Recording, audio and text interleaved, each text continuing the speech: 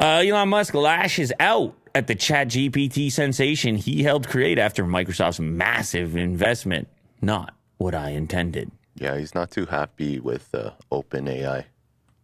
Yeah, well, I mean, him and Bill have their history. Him and Microsoft have their history. And obviously, the ChatGPT thing that exists now might be a lot different than the early days. Mm-hmm.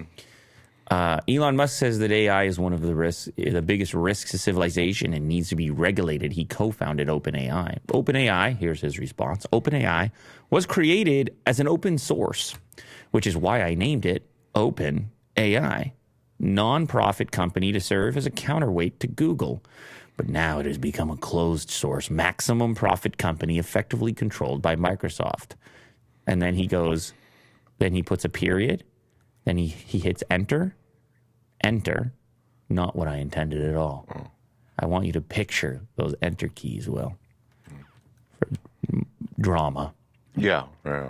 According to its website, OpenAI has been organized since March 2019 as a hybrid with a nonprofit foundation that governs the limited partnership company and has ultimate control over intellectual property. This allows it to raise investment capital and attract employees with startup-like equity. At this point, though, Musk has little means to affect change in his own creation apart from taking to the bully pulpit. By his own admission, Musk no longer owns a stake in OpenAI. He is not on the board, nor does he control it in any way.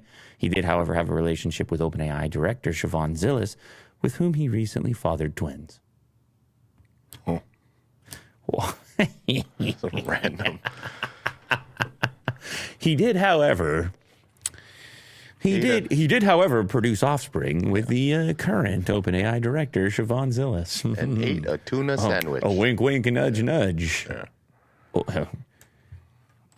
The courts currently have a stipulation in which he spends time with these twins every second weekend. Yeah. ChatGPT, people got beef with ChatGPT now.